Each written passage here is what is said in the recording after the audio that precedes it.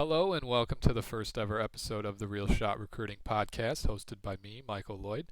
First and foremost, I just want to thank you all for being here as we explore this college recruiting journey. I want to bring as much light to as many pathways as possible for prospective college athletes and their parents and loved ones. This is a major passion of mine, so I'm very excited that I get to share my pathway and the pathway of many others to you. Um, I want to just jump right in because I want to keep episodes between like 15 and 25 minutes long. Otherwise, attention spans are not what they used to be. So, want to keep it short and concise if possible, but still provide very quality info. So let's just jump right in. In this episode, I want to get to the who, the what, the when, the where, and the why of Real Shot Recruiting, as well as go through my recruiting story. It's almost fitting that the first story or first example, if you will, is my recruiting story. So to start off, the what. What is Real Shot Recruiting? Well, it is a podcast slash video series that is focused on providing real life examples and experiences and advice and insights onto the world of college recruiting. There's a lot of information out there, some good, a lot very bad, and I want to help everybody with form their own recruiting path. My recruiting path is much different from other people's recruiting paths, and their recruiting paths are probably much different from my recruiting path, and what yours might be. So I just want to provide as many opportunities to prospective college athlete or college student athletes as they look to achieve this major dream, because it is certainly a dream. I remember my dream growing up was always to get a scholarship to go to University of Southern California, and that certainly didn't happen, but it was my dream, and I worked very, very hard to get to it. Looked in the mirror and figured out I was a 6'4" white kid that had maybe like barely above average athleticism at the time. So next, I got to go and move on to the when, who, what, when of what Real Shot Recruiting is. So when I'm going to do one episode every week, and the plan, essentially moving on to the how, I guess, the rundown is I am going to bring on one guest every week to share their story, their insights, their examples on whatever their recruiting path is. And I do plan on bringing on college recruits as well as coaches. In fact, next week I plan on bringing on a very good friend of mine who was very instrumental in my recruitment, Matt Hilkins, to come on and essentially share his wealth of knowledge. He's got 9+ years experience of building very solid programs in recruiting and getting recruited himself. So very excited for that, but let's focus on the here and now. So next up, we've got the why. So why Real Shot Recruiting? Why listen to me? Why be here? I think this is very valuable information for, especially for kids that are growing up in areas like what I grew up in. For the Division One kids, for the most part, their stories, I want to say, are probably a little bit more similar, and I do plan on bringing on a Division One recruit friend of mine from way back in the day, so I'm looking forward to that. But I think it's sort of lost on people how many options there are for Division Two, NAIA, Division Three, and junior college kids, because it's very easy to go find the stories of the big shot recruits and what their stories were, how some small town kid got recruited to go play at Alabama or something for football. Those stories seemingly happen pretty often. But how can you realistically get the information you need to go pursue NAIA and Division Two and Division Three sports? There's plenty of seminars out there that you can go attend, but in all and organizations you can go pay money to have your profile carpeted all over the walls of recruiters and college scouts and stuff. But I don't really, at least in my experience, my pathway, my opinion, and I'll have plenty of people on that maybe disagree with this, and that's totally fine. But I don't really like the idea of having to pay any sort of premium for, you know, your recruitment as a student athlete and as a parent. You know, as a parent, you're already shelling out all this money to allow your kid to even play, you know, whatever high school sport they're trying to play. And you know, you it's so much time and effort, energy, and especially money that goes towards just the high school aspect and the trying to get them recruited aspect of it all. That why would you let, or you know, not why would you let, but you know, don't let an organization or you know anybody take advantage of your recruiting process, because yeah, you only get one chance at getting recruited, and you got to make sure that you do it right. And I think that calls for some major, you know, desperation at times where you know, oh, I don't know what I'm supposed to do, but I'm going to do whatever it takes to get there. So whatever somebody tells me, I'm going to do. And you know, I think that's why I'm here, is to try to give you as many examples, as many opportunities, so that maybe you make the most informed decision and get the most bang for your buck. That being said, this is a completely free podcast and video series that um, I'm really looking to just get to and reach as many ears as I can, as many people that will listen, because it is valuable information. And the best information is firsthand, or the best experience is firsthand experience, right? And that's all we can give. So I am going to go ahead and jump into, you know, our the main meat and potatoes of what we wanted to go through today, and that is going to be my story, my recruitment story. So I will keep it as concise as I possibly can and just keep it on the recruiting aspect of it all, when recruiting really started happening. So I played freshman basketball and I played JV basketball and I played 2 years of varsity basketball, which is what I think is the traditional way that kids, you know, nowadays play high school basketball. And after my freshman year of basketball, I was invited to go try out for a AAU program called the Program Elite. They ran out of Ypsilanti, Michigan, and they were a very, very good AAU program. They had an A and a B team, and I remember I went to the B team, or not the B team tryout, but I went to the tryout, and I was very much so out of place. I did not think for a second that I was going to make it, especially because I ended up spraining my ankle very, very badly very early on in the tryout, and I thought, nope, I'm not going to make it. I'm hobbling all over the place. I can't really make a shot, and I probably don't look very good right now. But I got really lucky that day, and somehow I landed a spot on that B team with a very, very colorful coach, and colorful in the way of he was quite the character.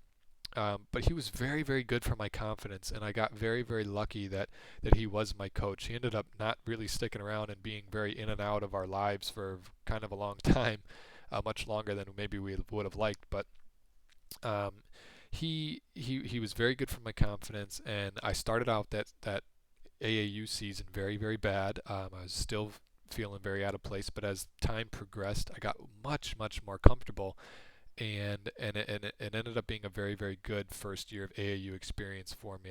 I kind of ended up learning how to play in different situations, different settings, and bring maybe a different style of basketball to, you know, my repertoire. So um, then I went back to high school basketball, and I had an okay JV season, and then I ended up getting moved up from the B team to the A team, where I was even more out of place.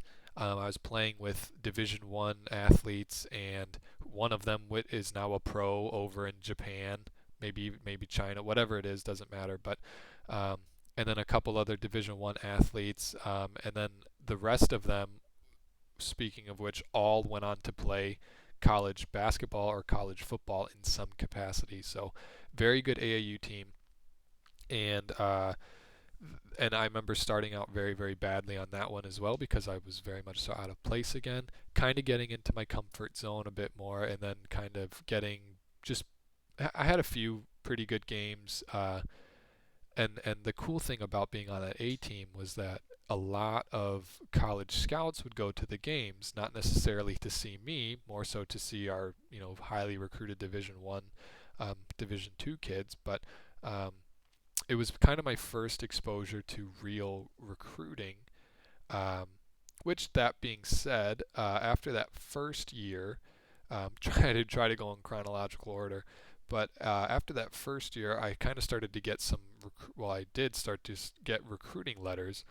They were very general and very, oh, hey, we're excited in you. And, some of them would spell my name wrong. Some of them was just obviously the most generic, oh, you're a highly recruited prospect to us. And, those letters are fun to get at the time because you don't know any better. But you kind of have to start sifting through the BS and getting to what's actually real. What are the handwritten letters that are sent to you directly that spell your name right, that call you by name, and after my sophomore to junior year, where I played on that A team, I started to make highlight tapes, which I was very thankful. My dad recorded everything. I'm forever indebted to my dad for that because he was the dad that would record everything. And I remember after that sophomore to junior year playing with that A team that I thought, if I can play with these kids and contribute, I can probably actually play college basketball. And I still had the dreams to play, at USC. They'd been watered down at that point, and I kind of realized, okay, let me be realistic here. My ceiling is probably Division Two. Something would have to go exceptionally right to end up on a Division One program, like Act of God stuff. Division Two, if the right coach sees me at the right time, I could probably get into Division Two. NAIA, I didn't know a whole lot about, but I knew it was for the most part a little bit below Division Two from a talent standpoint. And I thought this is probably the level that I could play at. And then Division Three, I thought just from stigma that I can. This D3 is easy. I can get to a Division Three program. Now that's not technically the case. It's not easy to go anywhere necessarily, but I thought I can definitely play NAIA or Division Three basketball. So um, after that sophomore junior year AAU season, and I start getting all this sort of recruitment stuff coming in, and I and my dad and I start making highlight tapes, sifting through hours and hours of tapes of mine from in season stuff as well as AAU season stuff, and I just remember I had been to so many college websites just looking up, different colleges that I could possibly attend. And I thought to myself, hey, these coaches all show their emails and phone numbers, and why not just start sending all of them my recruitment tapes, and I'll make personalized emails and I'll just send them recruiting tapes and see if I get any hits from it. And I actually ended up getting some hits from it. One of which, the most notable one right off the bat, I swear, like I sent Oberlin College a recruiting tape to Timothy McCrory, and like almost 100% within the day, he got back to me and was like, "Hey, like when can you talk?" And I think it was a snow day that day, and I said, I'm free now. I can talk all day." And I swear, not 5 minutes later, this man is calling me, asking me. He asked me one question. He said, "What style of basketball do you like to play?" And I completely froze. I had no idea what to say. I forgot I even played basketball. And what felt like 10 minutes was probably 30 seconds of silence, but I ended up finally getting words out and just telling him, "I like to play fast. I like to push the ball. I like to shoot the ball, blah, blah, blah." And whatever I said somehow was good enough to him to where they invited me for a campus visit. My first ever campus visit for basketball exclusively. Actually, I'd never been on a campus visit prior, so it was my first campus visit ever. And they invited me to tour the campus and play with the team. And I had like one of the best days of basketball of my life. I play with the team. I do really well. I made the most of my opportunity. And then they talked to us, my dad and I, because of course my dad was the one driving me. My dad drove me down, and then they talked to us in the office, and they said, "We love you from a basketball perspective. You got to get your grades up." My grades weren't terrible, but Oberlin's a top 10 cost in the U.S. school, so it's very expensive. And you gotta have like a 4.0 and a 30, at least 30 on your ACT.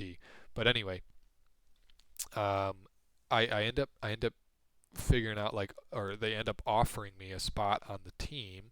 They couldn't give me a scholarship because it's Division Three, but they said financial aid wise, we can give you $30,000. That being said, there's another 30 plus $1,000 left to spend or left to pay. So I knew Oberlin was probably off the table, but at that point I had a lot of confidence because I was like, okay, Division three. If this is Division three basketball, I can certainly play Division three basketball. Like no questions asked. Just got to find a place that's less expensive. So after that, I'm sticking with the grind. I'm making highlight tapes. I made 3 highlight tapes overall, and I'm sending them to any college coach that I can find. And I had a couple. I had a handful of phone calls. I had a handful of you know invites to campuses. I only ended up touring probably 3 or 4 campuses altogether. Um, one of which was spurred on by a very good friend of mine, Matt Hilkins. Um, at Siena Heights, where I went to campus and I ended up eating way too much on the visit. And then we did a recruiting workout afterwards, or just a workout. It wasn't necessarily a recruiting one, but they kicked my butt.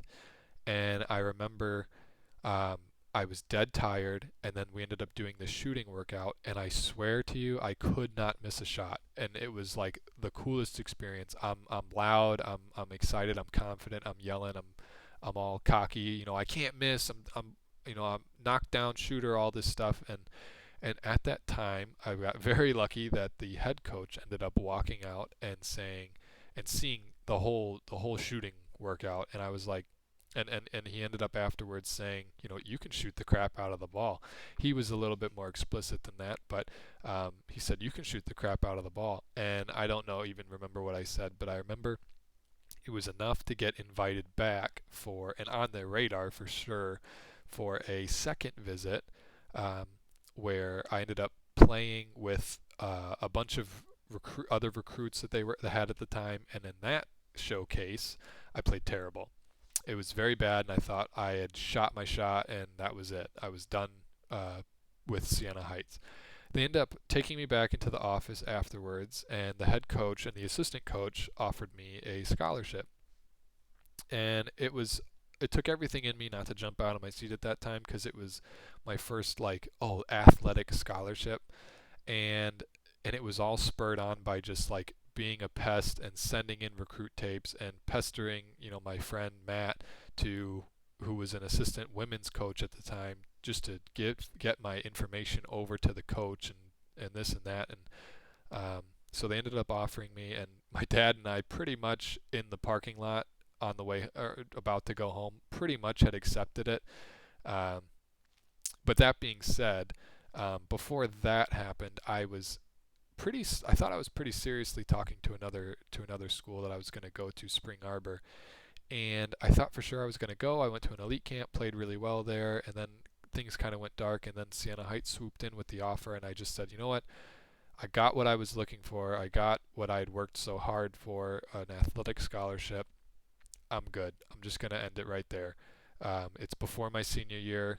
I was junior year going into senior year, and I just said, you know what? I'm good. I made it. I got what I asked for. I like the school. I've been here a couple times. I've been to football games, and I know that, Siena Heights football games, and I've seen the culture, and this is the place where I want to be. So, like later that week, I ended up making the decision to sign with Siena Heights, and the rest was history. Ended up having a pretty good freshman year. I did end up playing on the JV team, which is a subject that I want to get into in the future.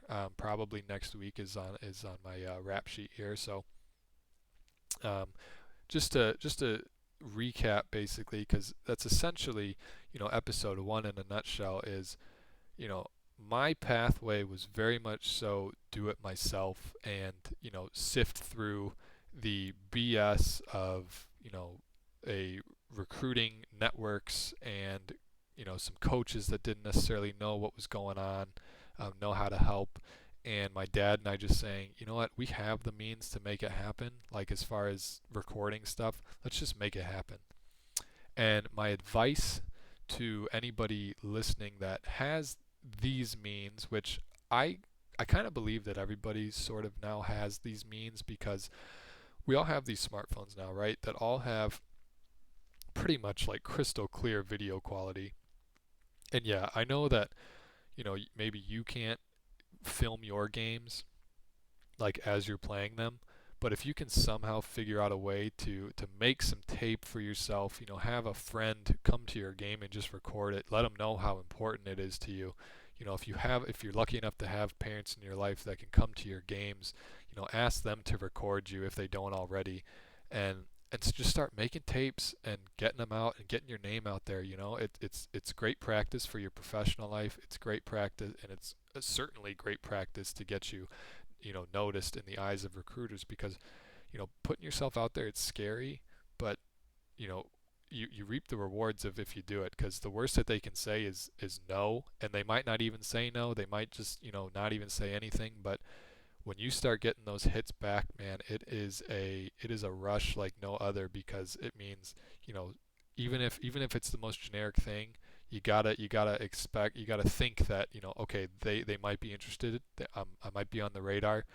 um, and a thing that a lot of people don't know is, yeah, like I play JV basketball. A lot of NAIA Division 3, Division 2, maybe probably not Division 2, but a lot of NAIA and Division 3 schools have JV programs.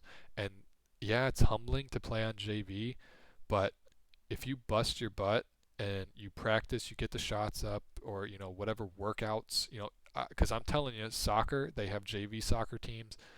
Maybe not JV football, but football teams at NAIA and Division 3 levels are huge. So figure out a walk-on way at for for the football sports, and figure out any way to get your foot in the door, to where your hard work and your ability to just grind it out speaks for itself. And then you end up kind of making a name for yourself. Just be it that fly on the wall, be the pest that just didn't go away. And eventually, and it might not work out. It really might not, but persistence really does pay. And that is what I want you to take away from my story, is just at the end of the day, get it done yourself.